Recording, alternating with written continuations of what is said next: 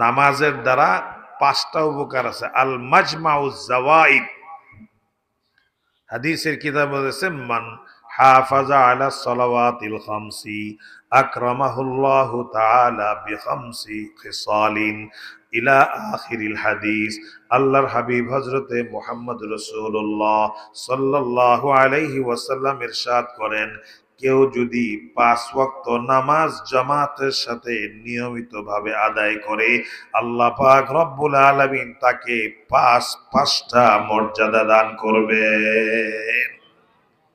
1 নম্বর, ইউরফা আনহু যায়কুল আইশ, দুনিয়ার জীবনে তার রিজিকের কোনোদিন কমতি হবে না, তার কোনোদিন অভাব হবে না, দুনিয়ার জীবনে তার কোনোদিন দুর্ভিক্ষ হবে না, দুনিয়ার জীবনে চলতে যায় তার কোনোদিন কোনো সমস্যায় পড়তে হবে না। সুবহানাল্লাহ বলেন। দুনিয়ার জীবনটাকে সাজানোর জন্য মানুষ চাকরি করে, নকরি করে, ব্যবসা করে, ক্ষেত খামার করে। চাকরি করে পয়সায় হয় না, আবার ছোট্ট গদুর ব্যবসা করে, ব্যবসা কইরা হয় না, কিছু জায়গা জমিনে চাষাবাদ করে, চাষাবাদ কইরাও হয় না, পুকুরের মধ্যে কিছু মাছ ছাড়ে, ঘরের মধ্যে সিমের বিচি লাগায়, লাউয়ের বিচি লাগায়, কিছু তরি তরকারি করে, ওই এক কোণার মধ্যে কিছু ধন্যা পাতা লাগায়, কিছু কাঁচামরিচ গাছ লাগায়, যেন তার সংসারটা কোন রকমে চলে যেতে পারে। ঠিক না বেঠি?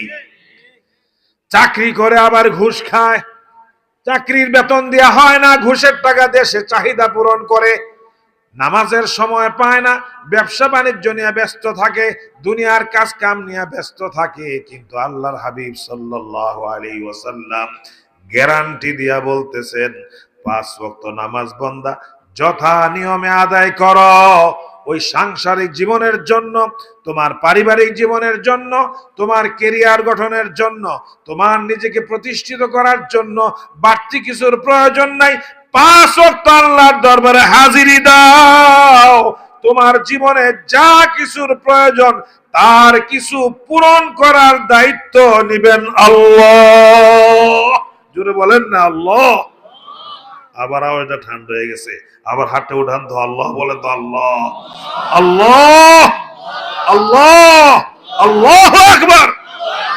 5 ওয়াক্ত নামাজ আদায় করলে আমার চাকরি, আমার ব্যবসা, আমার দোকানদার, আমার ক্ষেত খামার, আমার বাড়িঘরের যত কাজ, যত চাহিদা, আমার ছেলে মেয়েকে মানুষ করা, তাদের ভবিষ্যৎ চিন্তা আমি যা করি, সব কিছু চাহিদা পূরণ করার মালিক হয়ে যাবেন, জিম্মাদার হয়ে যাবেন তখন।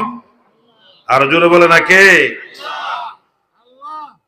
আরো ফায়দা আছে, কিন্তু মানুষ যেহেতু দুনিয়ার নগদে বিশ্বাসী, হুজুর পরে কাটা পরে আগে দুনিয়ার কি ভিড়া কোন, আল্লাহ পাক আল্লাহ রসুলকে দিয়া দুনিয়ার ফায়দার কথাটা আগে বলে দিচ্ছে, যেন মানুষ অন্তত, কিন্তু এত ছোট নিয়ত যেন না হয়, নিয়ত হবে বড়টা, আল্লাহর সন্তুষ্টি।